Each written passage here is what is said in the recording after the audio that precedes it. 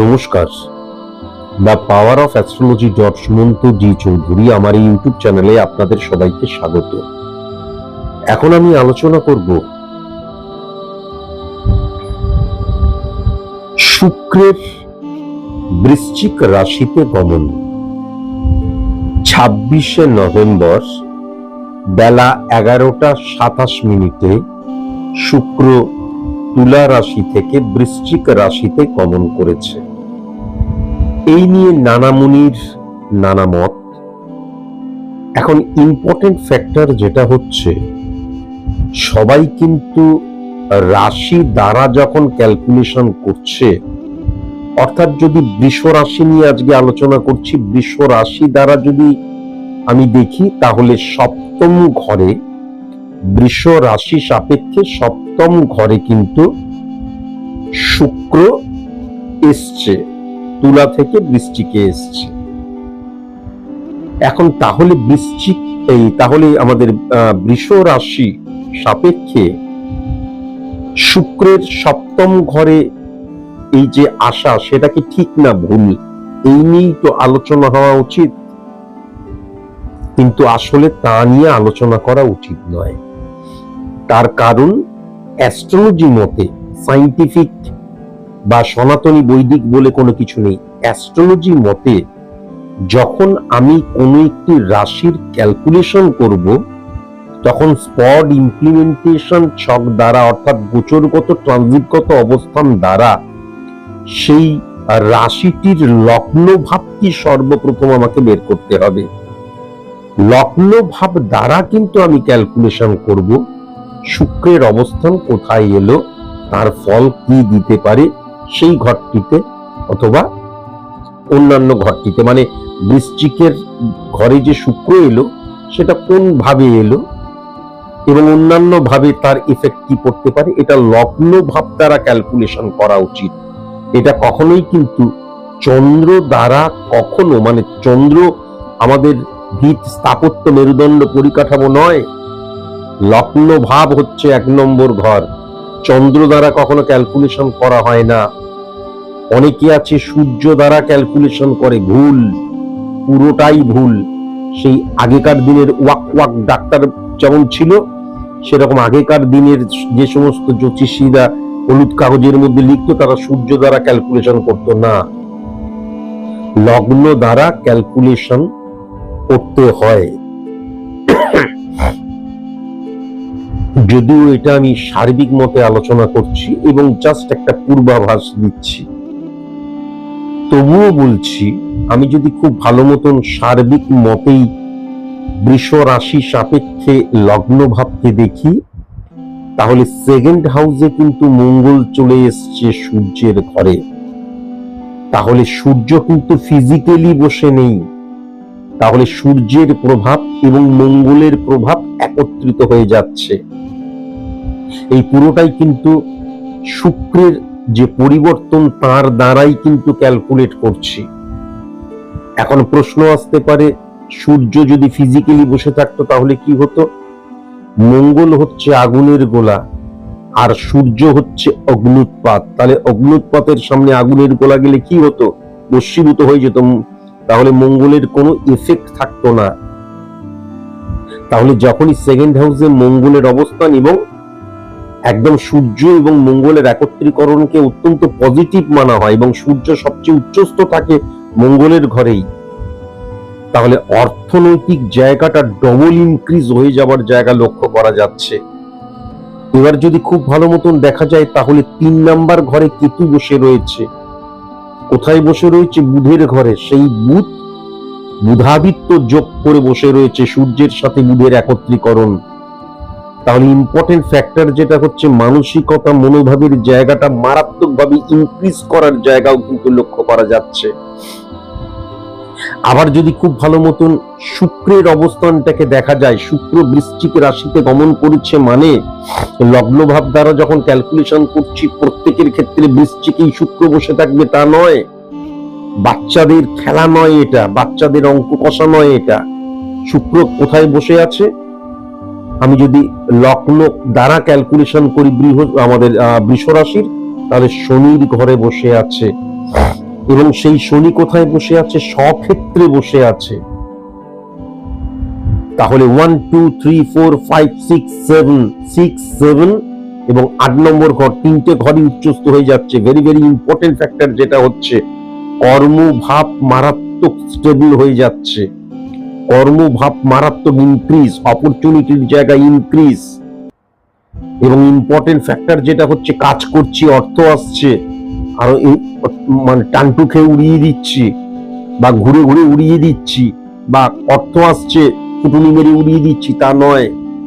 শনির কানেকশন যখনই শুক্রের উপর পড়ে তখন আমি এতটাই ডিসিপ্লিন হয়ে যাই, নিয়মানুবর্তিতা মেনে চলি এবং বাস্তববাদী মন। 6 নাম্বার ঘরে যখনই শনির অবস্থান আসে তখন কি হয়? শত্রু বিনাশ হয়ে যায় এবং আমাদের যে ধার দেনা লোন এইগুলো কিন্তু আমরা পরিশোধ করতে পারি।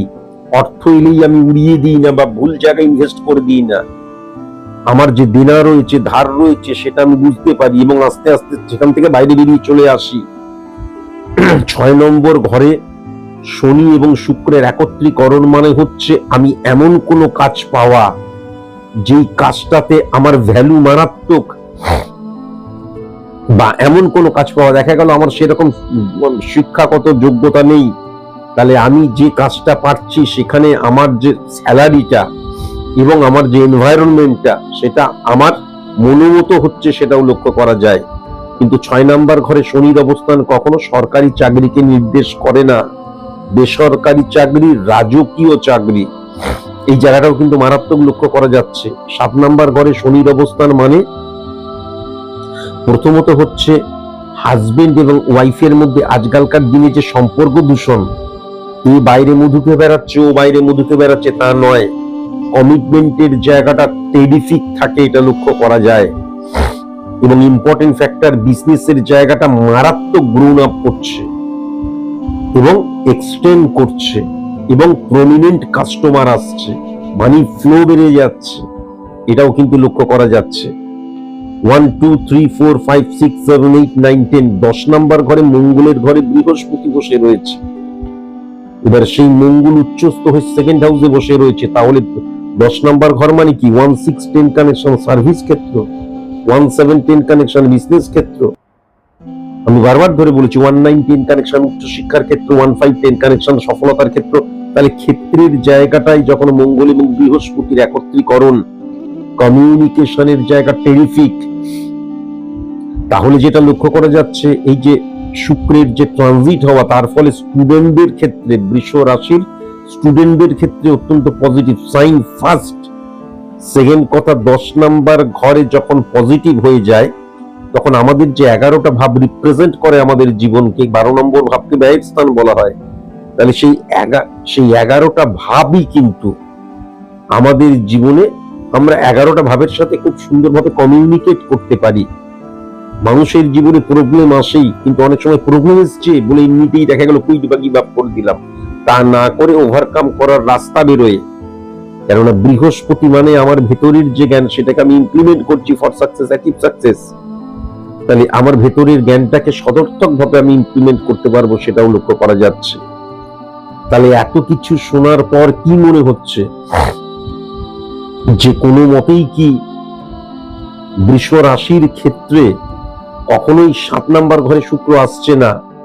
আবার ইম্পর্টেন্ট ফ্যাক্টর যেটা লক্ষ্য করা যাচ্ছে, আমি যদি খুব ভালো মতন 11th হাউসকেও যদি খুব ভালো মতন লক্ষ্য করি এবং যদি খুব ভালো মতন 12 হাউসকেও লক্ষ্য করি, তাহলে 12 হাউসেও কিন্তু রাহুর অবস্থান মারাত্মক পজিটিভ। তাহলে যারা দেখা যাচ্ছে ভারতবর্ষে জন্মেছে অথচ বিদেশে রয়েছে, বিদেশে কাজ করছে, বিদেশে পড়াশোনা করছে, টেরিফিক। ফার্স্ট, সেকেন্ড কথা, যারা বিদেশি অর্গানাইজেশনে কাজ করছে, বা দেখা যাচ্ছে আমি পশ্চিমবঙ্গে জন্মেছি, এখন দিল্লি, মুম্বাই, চেন্নাই কোথাও রয়েছি, কাজ করছি, অত্যন্ত টেরিফিক, অত্যন্ত পজিটিভ জায়গা কিন্তু লক্ষ্য করা যাচ্ছে। আবার 11th হাউসকে যদি খুব ভালো মতন দেখা যায়, যে শুক্রের অবস্থান, সেই শুক্র শনি দ্বারা কানেক্টেড হয়ে যাওয়া মানে কি, কখনোই কিন্তু আমি এই মানে দেখা গেল 20% দিলাম আর 40% পেয়ে গেলাম, তা নয়। বরঞ্চ প্রত্যেকটা ইঞ্চি আমি জয় করব, আমি নিজেকে মানে মানে দেখা যাচ্ছে 300% নিজেকে তৈরি করছি, এবার আমি 80%, 50%, 100% পাচ্ছি। কিন্তু এই যে success is the maximum utilization of ability that you have, সেই এবিলিটি আমি গেইন করব, এটাও কিন্তু মারাত্মকভাবে লক্ষ্য করা যাচ্ছে। ভেরি ভেরি ইম্পর্টেন্ট জায়গা যেটা 1 2 3 4 শুক্রের যে অবস্থান শনির সাথে কানেকশন হওয়ার জন্য আমি আমার বাবা মা ভাই বোনের সাথে আছি, হতে পারে আমি আমার স্ত্রী সন্তানের সাথে আছি, হতে পারে। তাহলে আমি আমার সংসারে ব্যক্তিগত জীবনে যাদের সাথে আছি, আমার সুখে আমার দুঃখে আমার যে কোনো প্রতিবন্ধকতায় তারা, কেননা সুখের দিনে তো সবাই থাকে, কিন্তু যে কোনো প্রতিবন্ধকতা যে কোনো দুঃখের দিন তখনও কিন্তু তারা কাঁধে কাঁধ লাগিয়ে তোমার সাথেই কিন্তু তুমি যে অড সিচুয়েশন থেকে ফেস করছো সেই জায়গাটা তোমরা ফেস করবে, এটাও কিন্তু লক্ষ্য করা যায়। ইম্পর্টেন্ট ফ্যাক্টর যেটা হচ্ছে সূর্য এবং মঙ্গলের যখন একত্রীকরণ ক্রিয়েট হয়ে যায় এবং সেক্ষেত্রে যদি খুব ভালো মতন দেখা যায় সমসপ্তমে বৃহস্পতিকে হিট করছে, অকল্পনীয়, আশা করিনি, আশাতীত যাকে বলে, সেরকম কিন্তু হঠাৎ করে ফিনান্সিয়াল সাকসেস বা অর্থ গেইন হয়, যে কোনো ভাবেই হোক অর্থ প্রাপ্তির জায়গাটা কিন্তু লক্ষ্য করা যায়। তাহলে এই জায়গাটা ভেরি ভেরি ইম্পর্টেন্ট হয়ে রয়েছে। আমি 5টির পরিবর্তে বোধহয় 8-9টি বলে দিলাম। তাহলে কোনো মতেই কিন্তু আমি যেটা দেখতে পাচ্ছি শুক্রের যে ট্রানজিট, আমি পজিটিভিটি নিয়ে আলোচনা করছি, কিন্তু সমসপ্তমে কখনোই কিন্তু বৃষ রাশি দ্বারা কানেক্ট করছে না, কেননা চন্দ্র দ্বারা কখনোই প্রেডিকশন করা হয় না, সূর্য দ্বারা কখনোই প্রেডিকশন করা হয় না, প্রেডিকশনটা করা হয় লগ্ন ভাব দ্বারা। এটা মাথায় রাখার প্রয়োজন আছে। মানুষকে ভয় দেখানো, ভুল, সবাই এখন অ্যাস্ট্রোলজার, ভুল ভাবে অ্যাস্ট্রোলজি করা, এগুলো বন্ধ হোক, এই আশা রেখে আজকের অনুষ্ঠানটি শেষ করলাম। নমস্কার।